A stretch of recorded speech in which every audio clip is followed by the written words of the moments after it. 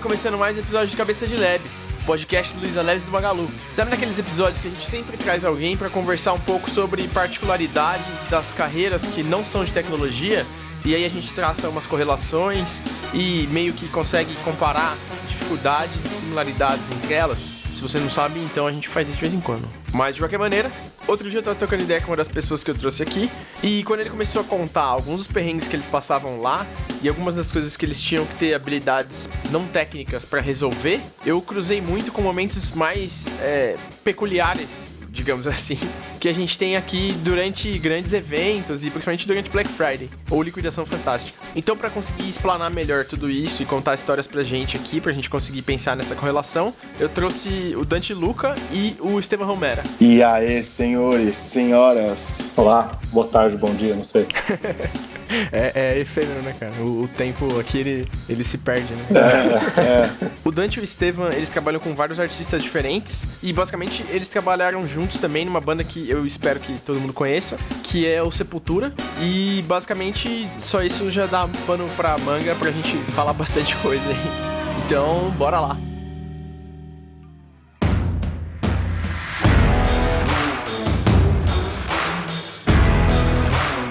Outro dia eu tava trocando uma ideia com o Dante e ele contou um pouco sobre como funcionam os processos dos festivais e tudo mais, principalmente preparativo, movimentação de palco, umas coisas assim.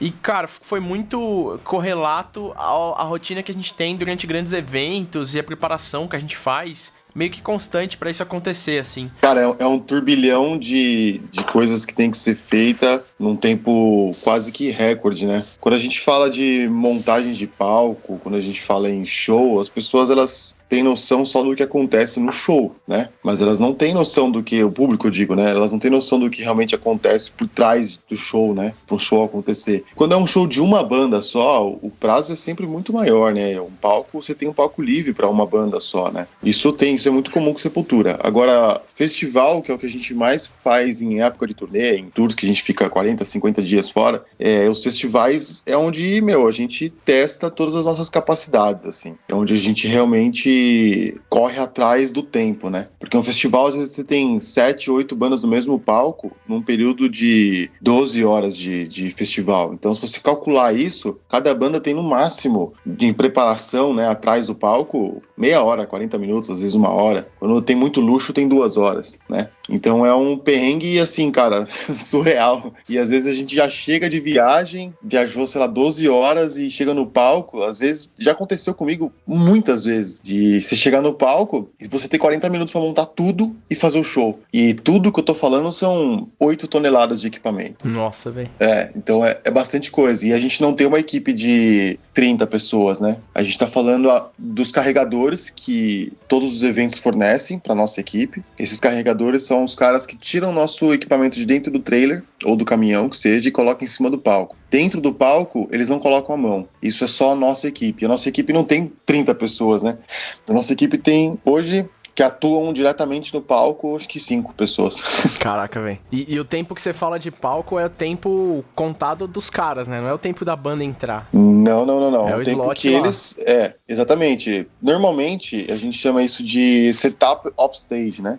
Esse setup off stage, e depende do festival, mas tem festivais que liberam 3 horas pra gente, tem festival que libera 2 horas. O mínimo que a banda pede por equipamento dela ser montado com maestria para a equipe é um mínimo de 2 horas, né? Então, putz, cara, já aconteceu da gente ter meia hora, porque a nossa viagem atrasou e a gente chegou em cima da hora, sabe? Então, isso acontece bastante. Mas é isso, cara, a nossa montagem é sempre muito recorde, independente do dia, se tá chovendo, se tá fazendo neve, se tá sol, sabe? Não importa, tem que fazer, porque o show não pode parar, né? Não tem como atrasar, e você não pode atrasar. Essa é a maior pressão, né? Um festival que você faz para 100 mil pessoas, que tem 12 bandas tocando, você não pode atrasar esse evento, porque é tudo muito cronometrado, né? Existe uma pressão da equipe local, da equipe do festival, e existe uma pressão da nossa banda, porque o Sepultura não é uma banda que gosta de atrasar, cara. Não é mesmo. E isso é o quesito mínimo pra você ser um profissional, pra você ser um músico profissional, né? E você nunca se atrasar no palco, porque você tá deixando seus fãs esperarem, sabe? Você não pode deixar seu fã esperar porque a sua equipe não tem capacidade de montar, sacou? Então a cobrança é de ambos os lados. Mas aí chega uma hora que, com o tempo, né?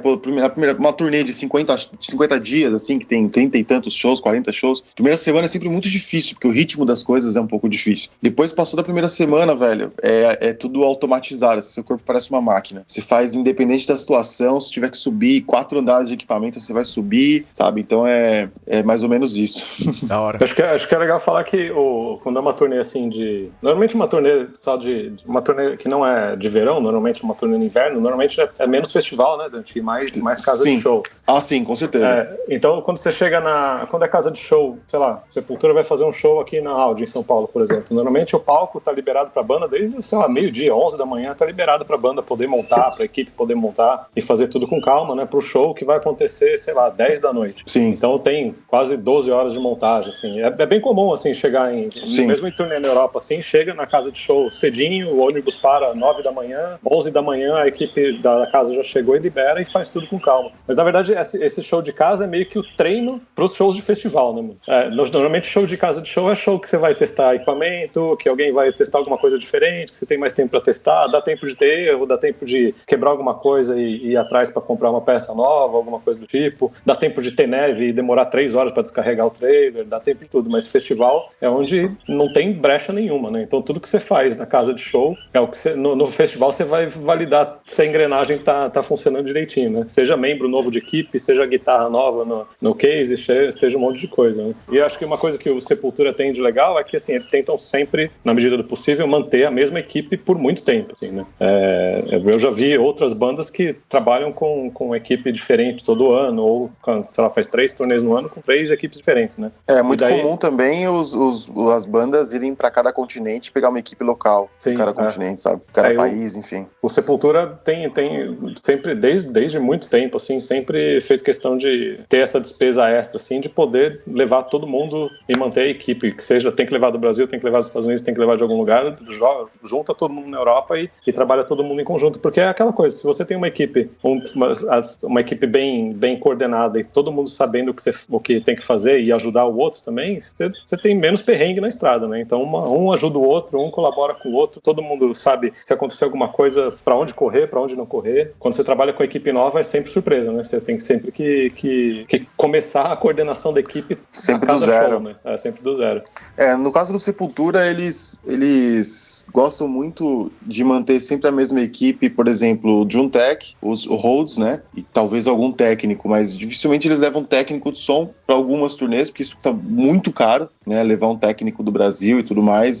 Mas os Rhodes, eles sempre levam do Brasil. Por exemplo, o Rhodes de bateria e o Iluminador. O Iluminador, que é o Mike, né? Ele também sai do Brasil. E isso é o time que vai sempre. Em qualquer lugar do mundo, nós 3 sempre iremos, né? Mas técnicos de som, às vezes eles pegam local. Até porque, por exemplo, Estados Unidos, Europa, tem alguns países que os técnicos locais, né, os técnicos de cada país, já tem uma conversa, já tem uma didática, já tem até patrocínios de empresas europeias, sabe? E acaba até facilitando para a banda em vários quesitos. Mas eu lembro de ter já vários vídeos de Sepultura dos anos 90 e tudo mais, eles sempre levaram técnicos do Brasil também. Mas recentemente a gente andou sempre pegando os técnicos lá de fora. O animal, cara. Além, vocês não trampam só com Sepultura, né? Vocês não tramparam só com Sepultura, vocês têm... o Estevão tem tem Desalmado, que é a banda dele, e aí outros perrengues bem diferentes. Muito maiores e bem diferentes. Conta um pouco aí, cara. Cara, é que na verdade a minha banda, assim, eu comecei, só encurtar rapidinho, eu comecei a trabalhar com Sepultura em 97, eu fiquei, entre idas e vindas, eu fiquei com eles 22 anos lá, principalmente cuidando da parte de comunicação, né, mas eu fiz muitas turnês com eles, não tanto quanto os Rhodes fazem, né, porque não é sempre que tem orçamento que tinha orçamento para me levar, porque é um gasto um pouco extra, eu não faço parte da equipe de Rhodes, então o show acontece sem o meu trabalho, né, o meu trabalho é mais de registro e documentação, visão do que tá rolando. E então eu fiz várias turnês com eles e eu tenho minha banda há 16 anos já, em paralelo, né? Então, só que é uma banda underground, a gente faz outro tipo de rolê, a gente não tem hold, só show grande, assim, que a gente consegue chamar hold, porque tem uma verba maior. Então, no nosso caso, no caso da minha banda, a gente faz tudo, né? Então, no caso da minha banda, eu dirijo, eu sou tour manager, eu sou hold de guitarra, eu sou guitarrista e sou fotógrafo e videomaker da banda. Então, tem 7 funções acumuladas aí. Você é tipo funcionário de startup, cara. Exato. Tem um negócio também que eu acompanho o canal do Estevam aqui, e quem tá escutando aí, curte essas coisas que a gente tá conversando, vá lá no canal do YouTube do Estevam, tá listado aqui embaixo também na descrição do episódio. E eu vi que você trampou com as meninas do Nervo, né, também? Nervo, sim, trabalho com elas, cara. Esse ano era pra elas iam me levar pra Europa pra fazer bastante turnê com elas na Europa. Acabou que não rolou nada, né? Mas eu faço tudo que tem delas aqui no Brasil desde 2017, eu que faço, sou tour manager delas, e é um rolê bem diferente do rolê do Sepultura, assim. A parte de logística é parecida, só que ao invés de lidar com o amplificador, a gente lida com bebês. É verdade, mano. É muito bizarra essa história. É muito As bizarro. duas são, pra quem não conhece, a dupla é uma dupla de DJs australianas, elas tocam bastante aqui no Brasil. É um som eletrônico, né? Então não tem equipamento pra carregar, mas em 2018 as duas tiveram filho ao mesmo tempo, com diferença de 3 meses. E elas não queriam deixar as filhas pra trás, né? Pra fazer turnê. Então elas, por 1 ano e pouco, elas viajaram trazendo as bebês, né? E era bebê de 3 meses vindo viajar e fazendo turnê. Quando a gente fez o Rock in Rio em 2018, Rock in Rio em 2018, elas estavam uma delas estava com a filha de 3 meses de colo, e daí a logística é outra, né? Ao invés de cuidar de quem vai de van e quem fica no hotel, quem leva equipamento, quem faz o quê, é coordenar que horas que a babá chega no hotel pra poder ficar com o bebê, pra gente poder sair pro show, pra fazer todo o rolê. É legal. A logística é praticamente a mesma, só que com outro equipamento. Muito mais frágil, né? Muito mais frágil, bem mais frágil. Fazendo um contraponto aqui, na nossa parte de Black Friday é basicamente parecido ou igual, assim, no ponto de vista de horários. A gente tem certinho a grade de quando vai fazer o quê. A diferença é que se a gente atrasa, a gente perde o time e de repente não consegue fazer uma venda que a gente precisa. O outro problema é que se a gente cai, é tipo se tudo do palco desligasse na hora, assim. É o pior cenário possível, cara. Vocês já passaram por algum caso assim? Já. Deixa eu falar o sentimento que eu tenho e aí você fala se é o mesmo. Quando acontece aqui. Pode chorar? Pode chorar. Ao vivo, assim? Cara, frustrante e constrangedor ao mesmo tempo. Nossa Senhora. É isso aí. Nossa Senhora. Quando a gente não fez algo ativamente pra acontecer aquilo, e acontece meio que do nada, aí cara, desesperador ao nível de parecer que arrancaram o seu chão, assim, sabe? E você tá caindo e nem viu. Tipo isso. Eu trabalhei muito tempo. Meus 2 primeiros empregos foram como desenvolvedor, né? Web, eu comecei a trabalhar em 97 com internet, com programação. Trabalhei na falecida Zipnet por 1 ano e meio. Caraca. Tava lá na época da venda da Zipnet pra Portugal Telecom. E daí eu saí de lá e abri minha desenvolvedora, né? Fiquei 12 anos como desenvolvedora, a gente fazia PHP, MySQL, e eu acho que, assim, a gente não tinha essas coisas de Scrum, essas coisas que tem hoje, assim, sabe, era tudo meio na raça, sabe, meio na unha, assim, a gente aprendendo a programar e tudo. Mas uma coisa que eu aprendi desde cedo e que foi o curso que eu fiz, que me salvou, assim, e me salva até hoje, foi um curso de gestão de projetos. Mais do que curso de programação, mais do que curso de qualquer coisa, acho que tanto para programação, servidor, Oracle, qualquer coisa, ou show de festival, show de coisa, ou até turnê da minha banda, que é uma banda pequena, planejamento é a coisa mais sagrada e importante, cara. Não importa o que falem, assim, eu acho que isso a gente aprendeu meio que na unha. Prever tudo que você tem pra prever, e aí mesmo assim no dia você saber que alguma coisa pode e vai dar errado. Sim. E tá preparado pra isso, né? Então ter plano B pra um monte de coisa, seja ter um servidor espelhado ou ter uma guitarra backup no palco, sabe, esse tipo de coisa. O paralelo é bem parecido as situações, né? Porque é isso, quando cai, se dá uma merda, seja estourar uma corda no coisa, ou seja, falhar o carregamento do CSS ali, é feio, é constrangedor, e é tipo, você tem 1 ano de trabalho esperando o Black Friday pra acontecer uma falhinhazinha que vai ser uma manchinha preta, por mínima que seja, vai ser uma manchinha preta naquele dia. Cara, é foda mesmo.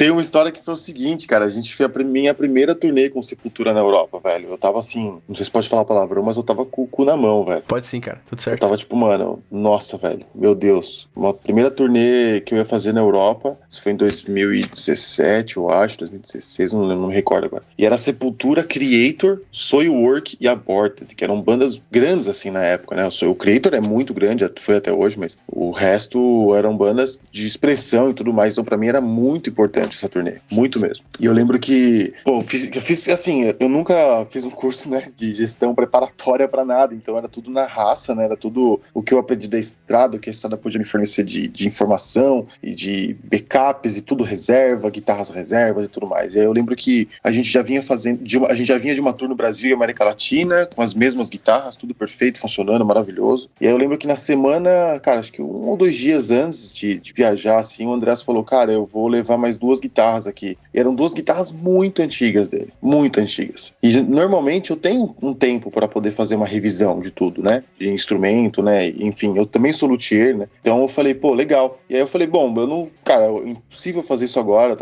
As coisas estavam na casa dele e eu tava em tour com o Crisium. Eu ia fazer 2 shows com o Crisium, no outro dia eu já ia viajar com eles. Então não ia ter como eu pegar esses instrumentos e fazer uma revisão deles, né? Mas eu comprei tudo reserva, tudo backup, beleza. E aí viajamos. Acho que no 4º, 5º show na França, eu já tava me adaptando, né? Eu já tava tentando entender o mundo de turnê, né? Ainda pra mim era tudo muito novidade, load-in, load-out, corre, banda que tinha que montar primeiro, banda que tinha que montar depois, o espaço que eu tinha, respeitar as outras bandas. É muito parecido com o do Brasil, lógico, mas quando a primeira vez que você faz uma turnê na Europa, eu falava pouquíssimo inglês, então tudo pra mim soava diferente, né? Então, quando eu lembro que chegou num show da França, puta show legal pra caralho, a galera tava, ansiosíssima pra ver o Sepultura. Foi um show, assim, muito foda. E aí o Andreas falou assim, a gente não tava, essas 2 guitarras que ele levou por último, a gente não tava usando elas como principal, mas elas estavam como reserva. E no primeiro show foi o tempo que eu tinha pra testar. E veja só, nessas turnês de casa de show com 4 bandas,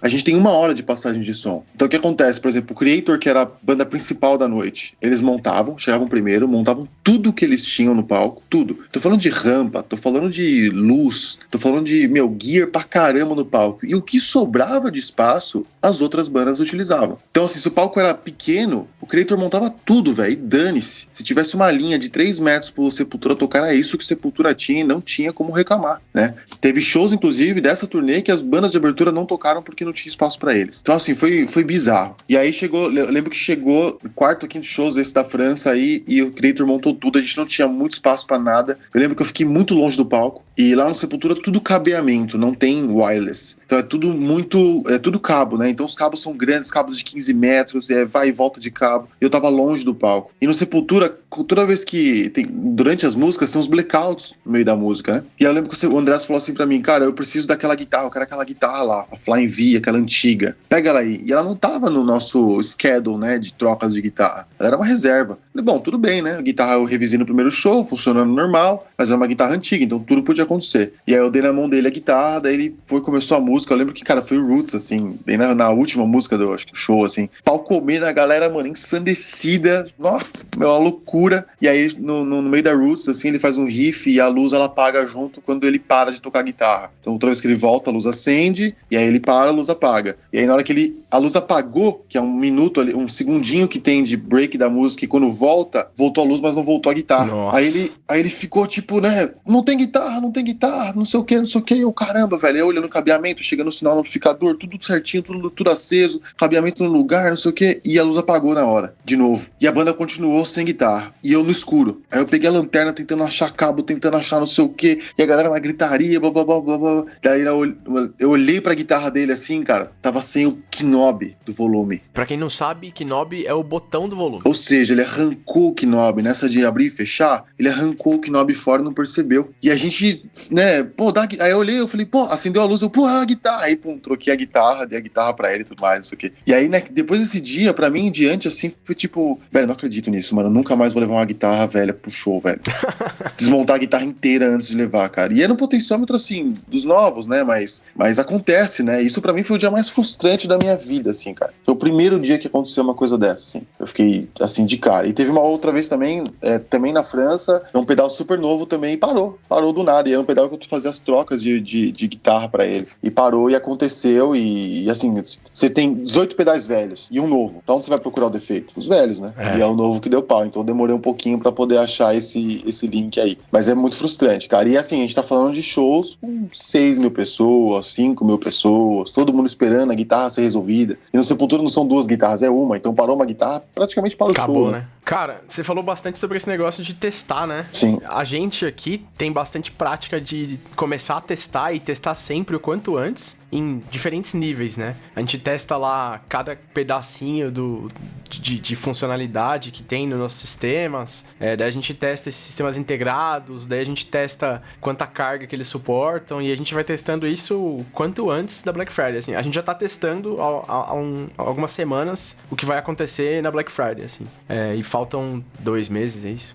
Então, a gente tem essa antecedência, assim. Como que você faz esse processo aí, que é bem diferente do contexto? Cara, os testes, eles são feitos praticamente em ensaios e em shows de casa de show, quando a banda é a única banda da noite. Então, ensaio é sempre importante para fazer esses testes, e eu tenho que ter reserva de tudo, né? E os testes que eu faço, basicamente, é sempre testar os pedais individuais para saber se algum deles já tá com falha, já tá com ruído, já tá com perca de sinal, sabe? Tem equipamento hoje pronto para isso, só para testar esse tipo de coisa, né? Para testar se o fluxo do sinal do pedal tá passando direito, abrir o pedal, ver se tem sujeira, sempre limpar os conectores, né? Os jacks, os potenciômetros com ruído. Esse é o padrão mínimo, assim, pra gente poder ir pra estrada e com o mínimo de conforto, né? E com a cabeça um pouco mais tranquila. Mas, que eu te falei, já aconteceu isso com coisa nova, um equipamento novo, né? A gente tá falando de circuito eletrônico, a gente tá falando de ponto de solda, né? Não é uma coisa, uma folha que é lisa e funciona como um circuito. A gente tá falando de uma placa cheia de ponto de metal, com fios plugados nesses pontos de metal, sabe? Com capacitores, com potenciômetros, tudo muito propício pra dar merda, sacou?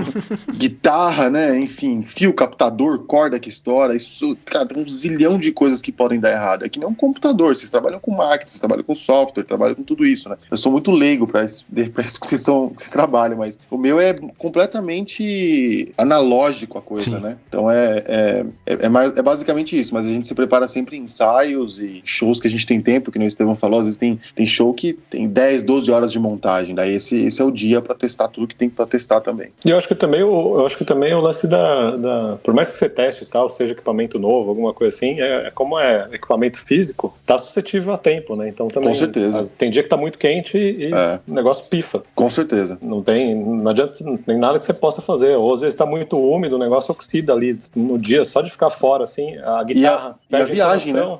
Viagem também. E a viagem. Guitarra. Treme tudo, o caminhão treme tudo, é complicado. Sim. E tem coisa também, coisa mais delicada, assim, você faz a montagem toda com o ar-condicionado desligado na casa, na hora que liga o ar-condicionado, desafina toda a guitarra. Desafina todas.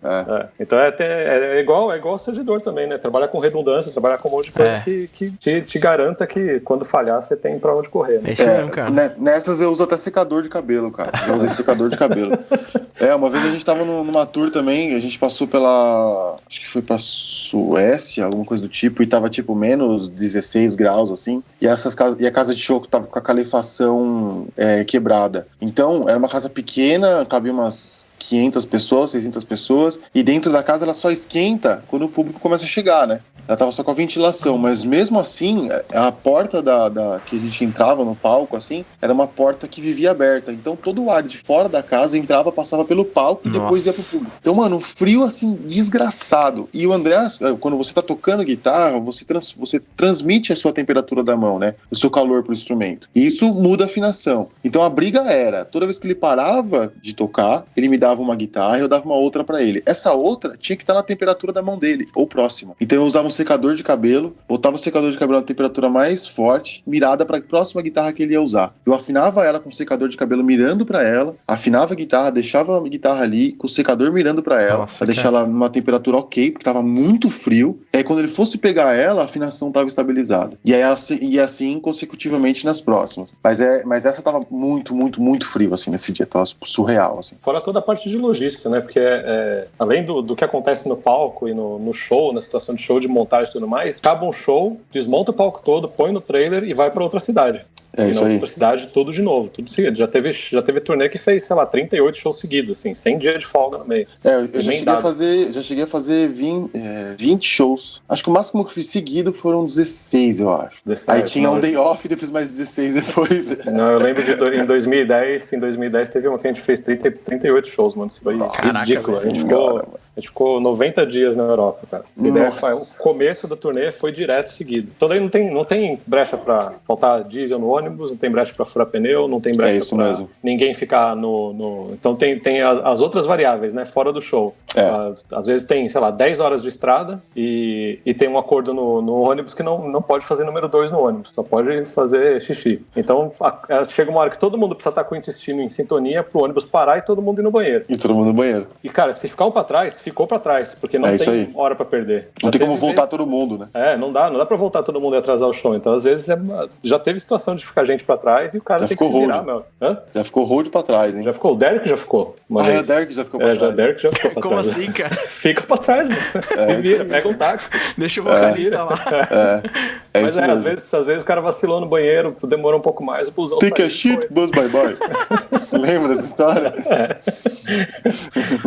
Mas mano, essas variáveis que tem por fora, né? Então, às vezes, trânsito tem que estar tudo muito bem planejado, com hora pra atrasar e tudo. No nosso caso, no meu caso do Desamado, já teve vezes, a gente sempre viaja de van lá, né? Então, eu dirigindo a van, e já teve vezes no meio da França, assim, eu nem sabia disso, na verdade. No meio da França tem uma reserva ecológica, que é bonita pra caralho, inclusive, só que não tem nada em volta. E daí a gente tá lá subindo de carro, não sei o quê, de repente o acelerador afunda, assim, ó. O acelerador da van afunda e a van começa a parar, arrebentou Quebrou o cabo do acelerador. Mano, não tinha o que fazer. E a gente tinha, sei lá, mais 3 horas de viagem e o show era em 4 horas. E era o melhor show que a gente tinha na turnê, com camarim, com tudo. A gente queria chegar cedo justamente pra aproveitar toda a estrutura do rolê. Os caras iam fazer um churrasco pra receber a gente. Eu falei, não, mano, não é possível que a gente vai perder justo esse show, cara. Daí abrimos o motor, tá? Eu entro embaixo do motor, eu falei, mano, abre minha guitarra, eu consigo corda de guitarra lá, pega a corda de guitarra, eu vou amarrar esse cabo aqui com a corda de guitarra e lá eu troco. Porque a gente ia chegar cedo justamente com a corda, eu tava sem corda, já tinha usado meu segundo backup de corda. Remendamos o carro eu remendei o cabo do acelerador com a Nossa, maravilhoso. Nossa, e fomos embora, mano. Maravilhoso, mano. E deu certo? Mas não perdemos churrasco, deu certo, não perdemos churrasco. O carro não perderam? Melhor, não. Mais importante. E o mais legal é que o carro ficou melhor, cara, porque eu acho que o parafuso já tava tão solto, o acelerador devia estar meio folgado. Quando eu amarrei mais firme do que tava antes. Cara, você tinha que ter feito um vídeo disso e marcado a marca de corda que você tava usando. Tem no vídeo da turnê. Mano, você ia ganhar um endorsement pro resto da sua vida, velho. Eu nem lembro que corda que era, mano. Inventa uma, fala que é Ernie Ball. Mas tem no canal do Desamado tem um vídeo dessa turnê e mostra. É que como eu sou videomaker também, e eu, no caso, tava sendo mecânico, não tem o processo inteiro filmado, né? Mas tá lá o perrengue. Nossa, maravilhoso. Cara, perrengues como videomaker. Cara, assim, eu também trabalho com redundância, né, de equipamento, mas então eu tenho backup de cartão, backup de câmera, então eu sempre tenho a câmera principal e uma câmera B, porque assim, também é uma coisa que não dá pra você perder, né? Se aconteceu um momento de show ali, uma coisa, você não tirou a foto ou não fez o vídeo, fodeu. Eu trabalhei com o 30 Seconds to Mars em 2017, eu fiz o Rock in Rio com eles, que é a banda do Jared Leto lá. E daí ele muito preocupado com tudo, tal. Era a primeira vez que eu ia trabalhar com eles, ia fazer foto do show, tal. E ele me chamou pra almoçar, ele falou, vem almoçar comigo aqui que eu quero te brifar e especificar tudo que eu quero de foto, do seu trabalho de foto. Fui almoçar com ele e tal, não sei o quê. Ele explicou tudo, eu não quero foto do meu lado esquerdo, só me fotografa do lado direito, aquelas coisas bem artistas, sabe? Foto só da cintura pra cima, aquela coisa. E tem um momento no final do show, na penúltima música do show, que a gente os 3 da banda vão pra frente do palco e a gente vira de costas pro público pra você tirar uma foto do público geral, assim, né? Com o público inteiro. E daí, nesse momento, eu quero que você faça 3 fotos. Uma foto do público na esquerda, uma foto do público com a gente no meio e uma foto do público na direita. Depois você emenda e faz uma panorâmica, né? 3 fotos, eu quero que você faça 3 fotos. Eu falei, tá bom, tranquilo. E daí eu tava com o setlist no bolso e o cara da luz ia me dar um sinal quando ele acendesse essa luz pra eu poder tirar foto. Eu tava com o setlist no bolso, correndo, só que era a primeira vez que eu trabalhava no palco Mundo, lá no Rock in Rio. E aquela porra é tipo... É tipo um labirinto, mano. Não, é do tamanho de um shopping center aquele negócio. É isso aí. É muito grande o palco, é muito grande. E daí esvaziou tudo. Na hora que eles entraram, ele falou, nenhum fotógrafo, nada, só o meu fotógrafo vai ficar, que no caso era eu. Então, e ele tem acesso total. Você vê o show deles no Multishow, tô eu atrás dele o tempo inteiro, assim, tirando foto, porque ele queria que eu ficasse colado nele. E daí chegou, nessa hora eu tava com o setlist no bolso, daí teve uma hora que ele desceu a rampinha que tem lá embaixo, foi no meio do público tocar uma música no violão, e eu não percebi, o setlist caiu do meu bolso. Nossa! Daí eu subi de novo, daí faltavam umas 3 músicas pra música da tal foto, né? E eu falei, cara, não dá tempo de descer lá, porque é um labirinto, o negócio é tipo uns 15 minutos pra descer, sei lá, era muito tempo, eu ia perder as 3 músicas. Eu falei, vou ficar aqui e vou arriscar, a hora que vier a luz eu vou lá e faço a foto, né? E daí eu tava com a grande angular, tava com a câmera grande angular, e o meu case de lente tava na lateral do palco, e eu vi a luz e não deu tempo, eu falei, fudeu, não tô com a lente no bolso, não tô com o negócio no coisa, e ele de olho, cara, ele tava o show inteiro de olho em mim, e daí na hora que eles viraram, eu não tava com a lente que precisava pra fazer essa foto, eu peguei e fiz uma com a grande angular, uma foto só aberta. Cara, na hora que eu cliquei e apagou a luz, o cara veio na minha direção, falou, mano, era 3 fotos. Eu falei pra você, era clique, 3 fotos, ele gritando em inglês, né, falando comigo. Eu falei, calma, eu tenho sua foto, não se preocupe. Fiquei tentando acalmar ele, mas daí rolou mais 3 músicas, acabou, fomos pro camarim, chegou no camarim, cada um no seu camarim, ele fechou a porta, deu 10 segundos, ele abriu e falou, Estevam, deixa eu ver sua câmera. Eu falei, mano... Nossa, essa foto tem que ter essa foto, pelo amor de Deus. Nossa, cara. Pegou exatamente tudo que ele queria na foto, que era o público, ele... pessoas do palco, pegou tudo certinho. Daí falou, muito bom. E agradeci, você fechou no camarim. Nossa. Mas foi tipo, cara, se eu tivesse... A sorte que eu tava em cima do palco pra tirar foto, né? Porque se acende a luz e eu não tô em cima do palco, fudeu. Era o clique principal que ele queria, porque, mano, show no Rock in Rio, e ele queria a porra da foto dele de frente, de costas pras 200 mil pessoas, né? E isso daí não tinha backup, não tinha nada. Isso daí foi meio que... Foi sorte de não estar na parte de baixo do palco na hora que surgiu, porque não ia ter tempo de subir nem nada. O trampo do Sepultura, como era muito show, muita coisa, quando eles me encomendavam uma foto específica, alguma coisa, tinha 2, 3 shows pra fazer a foto, tinha a música inteira pra fazer a foto, o show inteiro pra fazer a foto, então nunca teve desse tipo de perrengue. Já teve coisa de perder cartão, de perder coisa, mas sempre, como é turnê e as coisas se repetem, é o dia da marmota, né, praticamente. Sim. Você perde uma coisa, você consegue, em termos de foto e vídeo, você consegue fazer de novo no dia seguinte, recuperar. Cara, pra mim aqui a correlação clara é sempre importante você ter backup, hein, crianças?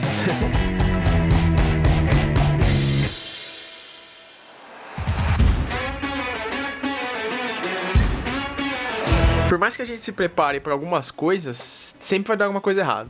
Então, assim, por exemplo, Black Friday é um momento que a gente sempre vai lá e testa pra caramba, sabe? Sempre estressa os componentes, falha alguma coisa, tenta quebrar o ambiente para ver o que vai acontecer, para entender como que a gente pode voltar aquilo na hora quando precisar. Mas, eventualmente, vai acontecer mesmo.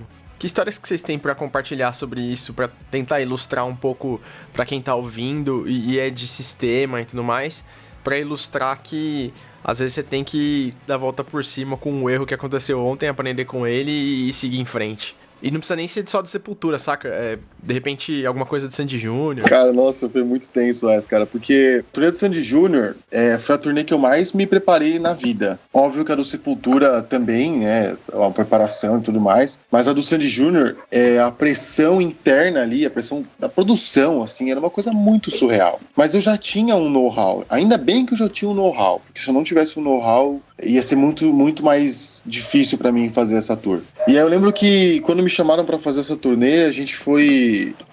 nós fizemos alguns ensaios antes por um programa de televisão e por um show no Via Funchal, assim. E aí depois eu fui pra uma turnê... Acabou o show do Via Funchal, que foi um show fechado. Eu fui pra uma turnê do Sepultura nos Estados Unidos, na Europa, e eu voltei e a gente começou os ensaios pra turnê de verdade do Sandy Júnior. E aí a gente ficou praticamente 15, 20 dias ensaiando direto, lá em Campinas, numa casa que era a casa deles antigamente, que tinha um estúdio, e depois a gente foi, cara, eles montaram o mesmo palco, exatamente, o mesmo palco do Allianz Parque foi montado numa fazenda. Caraca, literalmente o mesmo palco. não tinha estrutura diferente. Só o PA, que é o som que vai pra galera, era um pouco menor. Caraca, porque não tinha necessidade de um PA pra tocar pras galinhas, né? Então, o som é luz, toda a aparelhagem de LED, né? Comunicação visual dos telões, o equipamento, o tamanho do palco, proteção, tudo, funcionários, carregador, faxineiro, tudo como se fosse pro Allianz Parque. E a gente ensaiou, acho que 5 ou 6 dias, deu quase uma semana de ensaio nesse palco, né? Então, cara, era tudo muito cronometrado, tudo ligado no Pro Tools, não podia falhar, né? Era tudo sincado no Pro Tools, o LED, a luz, tudo.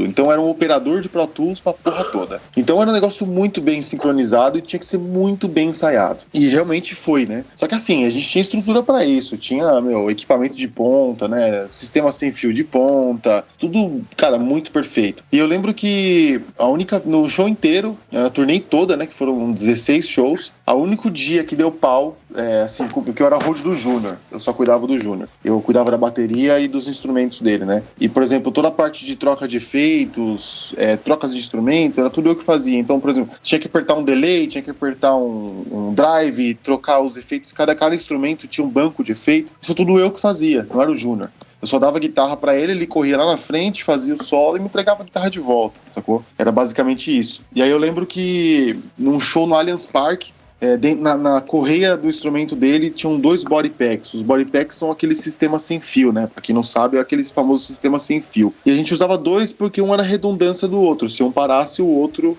substituía, enfim, isso não daria falha. E eu lembro que num show no Allianz Parque, cara, foi o primeiro show do Allianz Parque. Eram 2, né? Um na sequência do outro. E seria no dia do DVD, da gravação do DVD. Ou seja, se não deu errado nos outros, não pode dar errado nesses 2 dias, tá ligado? Não pode. E aí eu lembro que no primeiro dia, no primeiro show do Allianz Parque, gravação do DVD, puta pressão do caralho, assim, uma coisa surreal, lotado o Allianz Parque, 45 mil pessoas, mais ou menos. Tem uma música que o Júnior, eu dou a guitarra pra ele vai lá na frente, faz um solo de 27 segundos e volta com a guitarra e me entrega. Cara, eu lembro que eu entreguei a guitarra pra ele, e aí ele tava com uma blusa jeans, e aí a blusa jeans enganchou na correia, e ele, na emoção, ele foi tirar a correia de cima, tirar a blusa de cima da correia e puxou a blusa por dentro da correia. Isso que ele puxou, desplugou os cabos do transmissor. Mas foi muito forte, ele puxou muito forte. E aí acho que o pino ali, a travinha da blusa ali, enroscou e puxou. Mas ele puxou enquanto ele tava andando pra ir na frente, abrir o volume e fazer o solo. Cara, na hora que ele chegou lá na frente, abriu o volume, não veio o som de guitarra, eu só olhei assim e falei, não tô acreditando nisso, cara. E aí o body pack tava pendurado na correia, assim. Eu falei, meu Deus, eu não acredito, não tem solo de guitarra hoje. E nessa música, né, enfim. E aí ele voltou, ele não ficou bravo nem nada, ele rachou o bico. Ele falou, acho que eu fiz merda, tá ligado? E aí, beleza, me entregou a guitarra, mas pra mim isso é muito frustrante, cara, porque na minha cabeça foi culpa minha. Eu não amarrei direito, enfim, eu não prendi direito, eu devia ter visto a blusa dele em cima do body pack, eu me cobro isso pra caramba, né? Só que eu lembro que quando isso aconteceu, a gente tem uma comunicação interna entre a equipe durante o show. Fica no nosso fone de ouvido. Então eu escuto a banda tocando no meu fone de ouvido e também a comunicação nossas dos técnicos. Então eu tenho um microfone pra mim, que eu aperto no botão e converso com os meus técnicos se eu preciso de alguma coisa. Eu lembro que na hora que aconteceu isso, o técnico de som, o Maicon, olhou pra mim e falou assim, Dante, o que aconteceu? Aí eu falei, cara, aconteceu isso, isso e isso. Ele falou assim, cara, isso não pode acontecer de novo. O Chororó tá do meu lado, ele não gostou, cara. Tá puto. E eu falei, meu Deus, vou rodar. Nossa senhora. E aí, beleza, meu. Aí, isso foi no primeiro dia. No segundo dia, era o mesmo show, né? E era também continuação da gravação do DVD. Eles iam pegar as imagens dos 2 dias e iam montar um DVD. Tira a camisa desse moleque. Passa silver tape. Tipo isso, né? Meu, no outro dia eu acordei de manhã, velho, mas eu meti tanta fita nesse bodypack, mas tanta fita, mano. Eu falei, mas se esse moleque arrancar, ele vai rasgar a camiseta, mas não vai arrancar o bodypack dali, né? Só que eu tava com aquilo engasgado, mano. Eu tava com aquilo na garganta aqui, velho. Eu tava aquilo sem dormir, eu não dormia à noite, sonhei que ia tinha dado merda de novo, sabe? Você fica assim, mano, eu sou pilhado, você não me conhece. E eu tava, mano, nossa, meu trabalho, eu brigo pra entregar ele com excelência toda vez. Quando uma merda dessa acontece, eu desarmo, sabe? Eu fico, meu Deus, o que aconteceu? Enfim, cara, quando começou o show, eu tava, até o momento dessa música, se não passasse bem, eu não ia estar bem. Então eu tava tenso até o momento daquele solo. Quando eu entreguei aquele solo, quando eu entreguei a guitarra e ele fez o solo no segundo show, imediatamente eu fui na nossa comunicação da equipe, apertei no botão e mandei assim um chupa-chororó. Mas eu mandei chupa-chororó, caralho! E desliguei a comunicação. Cara, deu tipo 30 segundos. O Michael, que é o nosso técnico, e o Chororó, ele ficava com a equipe inteira, a família inteira, lá na House Mix, que é onde o técnico fica e mixa o som pro público. E o Michael não tava com fone de ouvido, porque o técnico de piano não usa fone de ouvido. Não, ele tava numas caixas de som virada pra ele, que ele ouvia o PA atrás das caixas de som e a caixa de som ele ouvia as nossas comunicações. E o Chororó atrás dele, velho. Eu mandei um chupa, Chororó, caralho! Aí foi amadorismo. Garoteou, mano. Foi amadorismo, né? Mas, cara, na hora que acabou só, mas a equipe inteira, o técnico de monitor caiu da cadeira com os pés pra cima, rachando o bico, velho. E eu falei, puta que pariu, velho, foi o solo hoje, não sei o quê. Pô, DVD, mano, é muita responsa, né, velho? Sim. E aí eu lembro que depois acabou o show, né, o Chororó veio me cumprimentar. Ele falou, cara, não esperava diferente disso de você. Eu só, ufa. Ufa. Cara, que da hora, velho. Mas é isso, cara. E que bom que ele gostou, né? Senão... Total, cara. Acho que dessa história que você contou por último aí, a gente já passou alguns perrengues de chegar em Black Friday e, tipo, ter um negócio que não tá funcionando bem e, sei lá, a gente já subiu coisa um dia antes da Black Friday, pré-produção, saca? Tipo, subir sistema novo muito, muito perto, assim.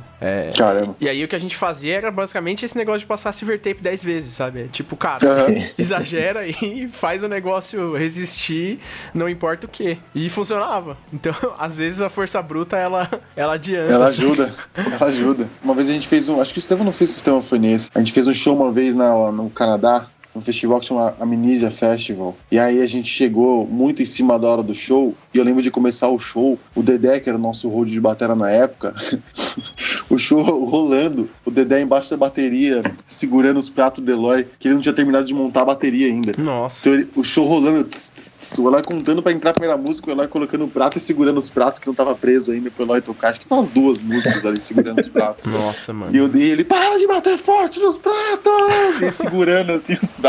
E não tem como, né, cara? É o Eloy. Não tem como. Quem nunca viu o Eloy tocando, coloca Eloy Casagrande no YouTube, qualquer música. É surreal. É surreal, cara. Mas eu acho que o que tudo isso ilustrou é que a gente tem que se planejar, né, cara? Eu acho que da parte de profissional como um todo, mano, eu sempre bato na mesma tecla, que é o lance do planejamento, velho. Acho que vale pra tudo, seja pra um churrasco, seja pra uma turnê de 60 dias, seja pra Black Friday, seja pra qualquer coisa. Acho que quando você entende o valor do planejamento e de prever tudo, sua cabeça fica muito mais tranquila pro dia, assim. E se acontecer alguma merda no dia, pelo menos você tá por dentro de tudo e você sabe pra onde correr também, né? Acho que planejamento inclui isso, planejamento do dia do show e planejamento pra der algum erro em algum lugar, em algum lado, né? Você tá com isso estruturado. Porque daí você faz o trabalho no dia muito mais tranquilo também, e a equipe toda flui muito melhor, né? Então, eu trabalhei muito tempo com coordenação de equipe também lá na agência. Eu comecei como programador e no final do meu tempo na agência eu tava como coordenador e gerente de projeto, né? Então, a preocupação maior era sempre deixar a equipe tranquila e funcionando bem, aquela engrenagem que roda certinha, sabe? Bem regulada, todo mundo sabendo o que faz, todo mundo sabendo o seu papel, principalmente, e tudo mais. Porque daí todo mundo trabalha feliz, vai embora mais cedo pra casa. Eu acho que o tour manager tem que ser o cara mais organizado no rolê. Sim, exato. Porque o tour manager numa turnê do Sepultura, por exemplo, ele controla até o quanto de combustível o ônibus gasta. Sim. Sabe? É ele que faz esse financeiro todo, né? E o orçamento todo da turnê, né? Porque o orçamento todo.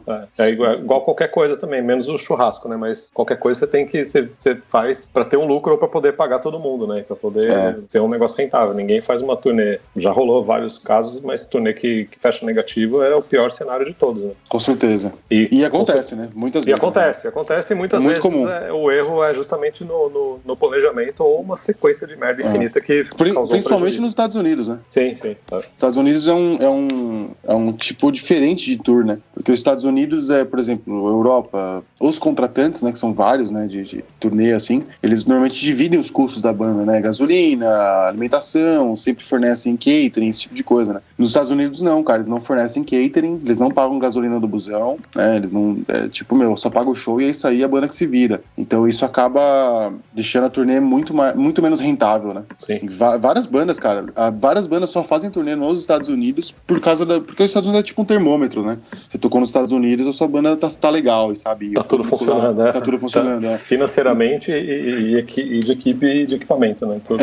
E é a pior pra ganhar dinheiro, assim. Com certeza é a pior turnê pra ganhar dinheiro nos Estados Unidos, porque a banda não ganha. Até a equipe já aconteceu várias vezes de orçamento de turnê dos Estados Unidos com um cachê reduzido. Eu falo, não way. Mas até pra banda, né? A banda já recusou várias tours com um cachê ridículo, assim. Então, Europa é sempre muito melhor mesmo. Caraca, não sabia dessa diferença dos mercados aí, mas é interessante, cara. É interessante ver que o modo de logística e de negócio é diferente dos lugares, né? É bem diferente. Mesmo na Inglaterra também. Na Inglaterra já não tem catering também. É verdade. Na Inglaterra também não tem. De alimentação, cada um se vira. Já, e a Inglaterra tá ali, mano, no meio da Europa ali, né? Tá entre Estados Unidos segue e Europa, o padrão. né? Inclusive. E tem umas doideiras, assim, que a gente vai aprendendo falando da parte de grana, assim, também, quando a gente viaja com a minha banda Desalmado, assim, e sempre que tem que atravessar, por exemplo, a Suíça, isso a gente descobriu lá sem querer. Você entra na Suíça, primeiro que você gasta 50 euros só pra entrar com o carro lá, você tem que comprar um selinho. E eles abrem o carro e contam tudo que você tem no carro. Contam as 200 camisetas, contam os 300 bonés, conta tudo. E na hora que você sai, eles recontam tudo pra saber quanto que você vendeu lá dentro. E você tem que pagar alguma coisa? Tem que pagar taxa. Do que você vendeu? Sim, você paga uma taxa. Sério, mano? É bizarro. Pelo menos eu com Sepultura, a gente nunca passou por isso não, mano. Não, mano, porque eu acho que o ônibus, acho que não perde esse tempo, porque é muita coisa, né? Mas quando é van, assim, de banda é aleatório. Já passou pela Suíça 3 vezes. Caraca, e 2 pararam a gente, cara. 2 pararam a gente, fizeram essa contagem, fizeram tudo e a gente teve que pagar taxa. O que eles fazem muito na Suíça, quando a gente passa nos borders, principalmente de madrugada, quando a gente tá dormindo, assim, eles acordam todo mundo no ônibus. Sim. A Suíça já fizeram, na França já fizeram umas 2 vezes comigo. Na Suíça, a vez que fizeram, entrou o cachorro e eu tava dormindo no banco, assim, né? Com a cortininha. Acho que você tava nessa tour, Spa. Não, eu tava aqui com a cortininha aqui, dormindo, tirando uma cochila na madruga, assim, mano. Eu acordo com uma lanterna na minha cara e um cachorro girando na minha cara, assim. E eu, meu Deus, o que é isso, mano? E a mulher, assim, senhor, eu preciso do seu passaporte. E a minha tour manager, na época, que ficava com os passaportes de todo mundo, né? E eu falava assim pra ela, meu passaporte não tá comigo. E eu tinha acabado de acordar, velho. Minha dicção tava ruim. Sabe? Ela não entendia o que eu falava. Eu queria falar e não conseguia. Meu olho, sabe, grudado de remela.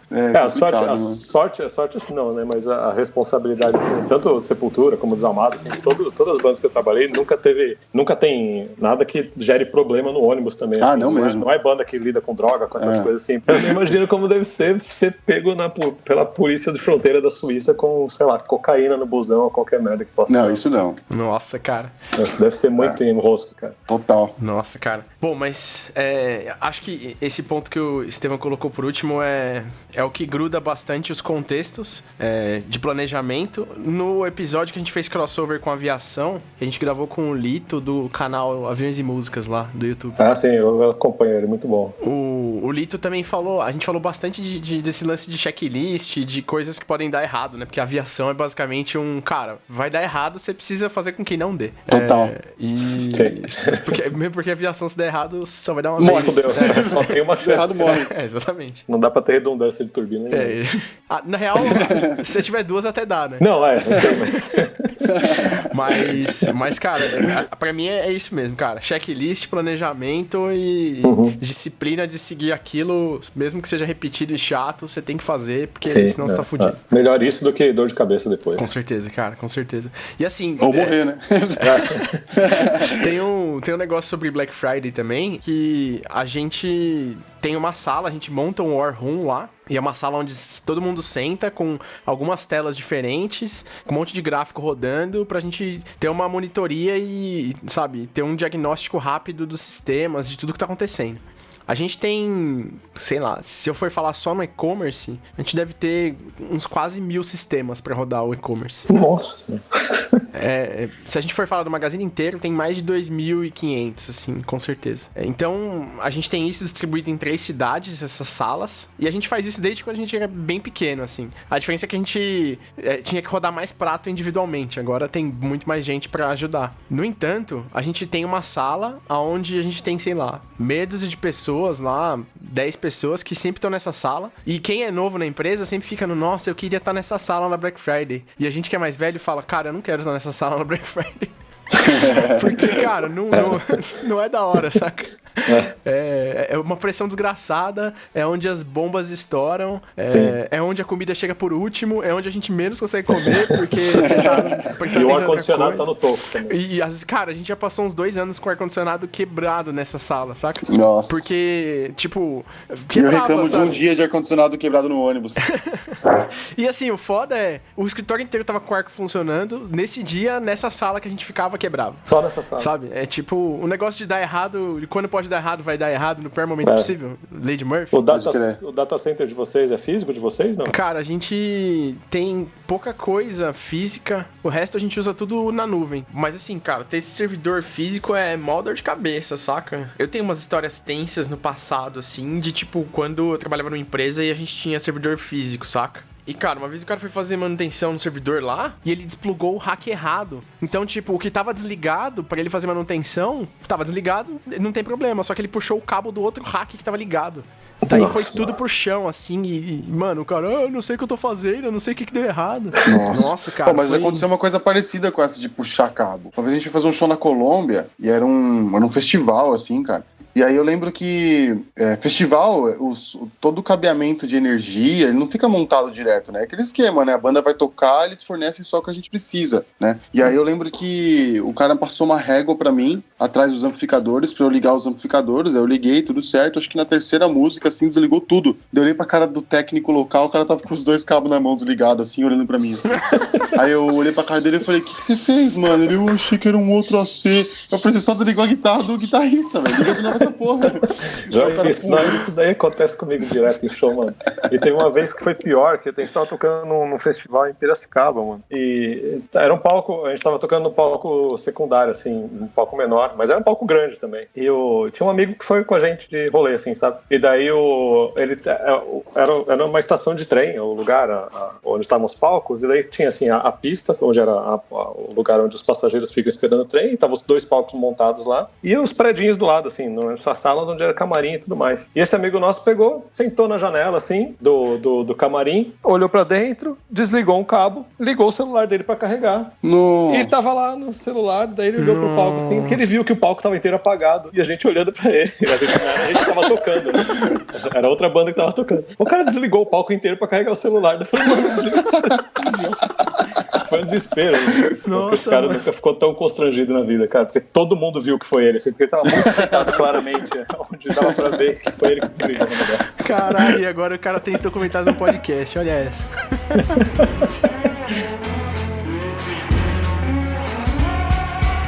Bom, a gente tá no Twitter e no Instagram como @cabecadilab. Eu tô em todos os lugares como BF Gouveia. Eu tô como Dante Luca, @DanteLuca com 2 Cs. Eu sou E Romera e eu queria recomendar o meu canal no YouTube, Estevam Romera, e tem o canal Cena, que eu contribuo lá com uma galera, a gente é um coletivo, e tem um programa meu que vai ao ar todo último sábado do mês, que chama Graxa, que é justamente contando histórias da graxa, de turnê, história de perrengue ou de acertos também, né? Então, acho que é legal assistir aí tudo em vídeo. Né? Tinha podcast também, não tinha? Tem um podcast do estúdio, do Family Mob, do meu estúdio. Boa. A gente tem um podcast lá também, se chama Experiência Family Mob, que também é contando o bastidor de gravação, de turnê e tudo mais. Tem um programa muito legal que vai ao ar, que é com o Fefão e o Cabelo, que são 2 caras das antigas. Cara. Os caras são muito... Cara, os caras meio que estavam na transição do digital, do analógico pro digital no mundo da gravação aqui no Brasil. E eles são... O Fefão é o Fernando Ferrari, ele é o diretor de palco de show de BTS, de Madonna, de tudo que tem de grande. Ele que é diretor de palco, normalmente. Diretor técnico, né, na verdade. E o Cabelo também, é um cara que já gravou o mundo inteiro e técnico de piada do Sepultura, inclusive. Técnico de piada do Sepultura e já fez o mundo também. Pô, que animal, cara. E é isso aí, galera. Fechou. Obrigado. Valeu, Brunão.